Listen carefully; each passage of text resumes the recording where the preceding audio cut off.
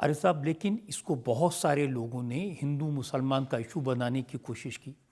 अब कांग्रेस के लीडर है विजय वटेटीदार, ये महाराष्ट्र में कांग्रेस के बड़े नेता हैं।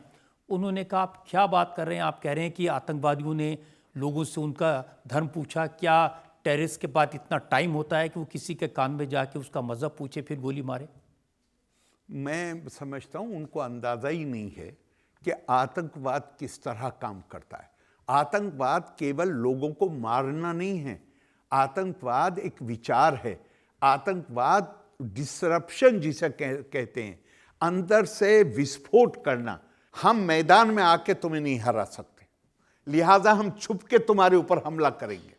जब हम तुम्हारे ऊपर छुप के हमला करेंगे तो उसमें यह भी शामिल है कि अगर हमसे हो सका तो हम तुम्हारे समाज को टुकड़े टुकड़े में बांटने की कोशिश करेंगे। लिहाजा उनको उसका अंदाजा नहीं है कि आतंकवाद किस तरह काम करता है।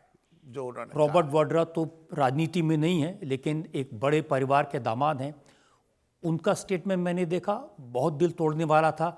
मैं उनके एग्जैक्ट वर्ड आपको बताता हूं। उन्होंने कहा कि ये मुसलमान अपने आप को कमज़ोर मानते हैं। पहलगाम के लोगों को मारकर आतंकवादियों ने मोदी को मैसेज भेजा है कि तुमने देश को बांट दिया। बहुत शर्मनाक है ऐसा कोई भी वक्तव्य हो। ये पूरे देश के खिलाफ साजिश है और ये इसकी योजना अभी नहीं बनाई गई है। अभी तो इसमें केवल एक नया आयाम जोड़ा है और वो आयाम ये है कि पहली बार पाकिस्तान में पाकिस्तान की आर्मी के खिलाफ जन आक्रोश सड़कों पर, पब्लिक जगहों पे नज़र आया है पिछले 1-1.5 साल से।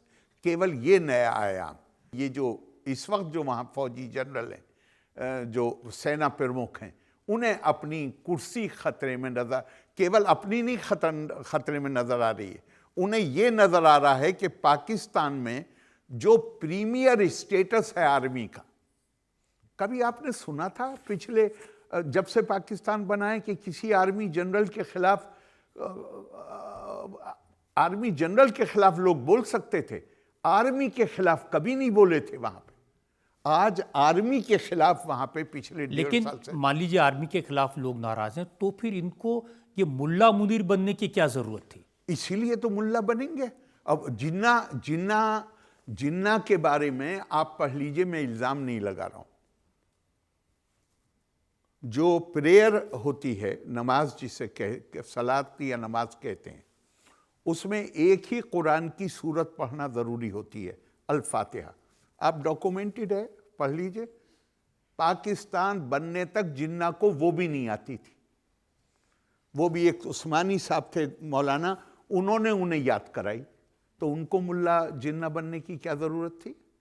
ये बनते ही वो लोग हैं, दुरुपयोग वही लोग करते हैं जो धर्म के मर्म से परिचित नहीं होते। दुरुपयोग वही लोग करते हैं सबसे ज्यादा। अरे भाई, दुनिया की में कहीं कोई फौज है होगी? जो फौज जनरल स्टोर भी वही चलाते हैं, फ्लैट भी वही बनाते हैं, मॉल भी वही बनाते हैं, दुनिया का हर काम करते हैं सिवाय उसके जिस काम के लिए वो तनख्वाहें लेते हैं।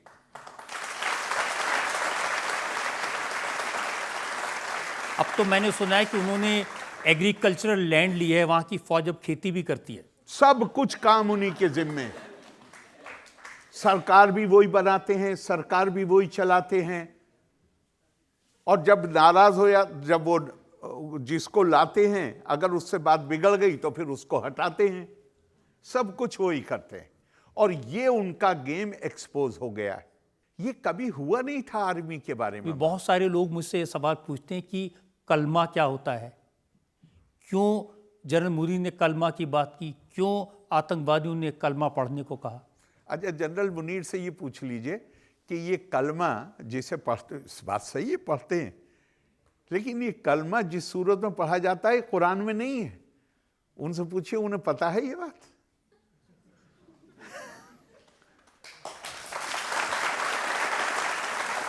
जिस सूरत में पढ़ा जाता है इस सूरत में कुरान में नहीं है। तो कहाँ से आया और ये क्या होता है? अब बहुत सारी चीजें आती हैं। अब 3 तलाक कहाँ से आई थी? जैसे इस्लामी बताते थे, मतलब ऐसा तोड़ना मरोड़ना विकृत करना दीन को। मैं कहता हूँ इंसान को कुछ तो शर्म होनी चाहिए।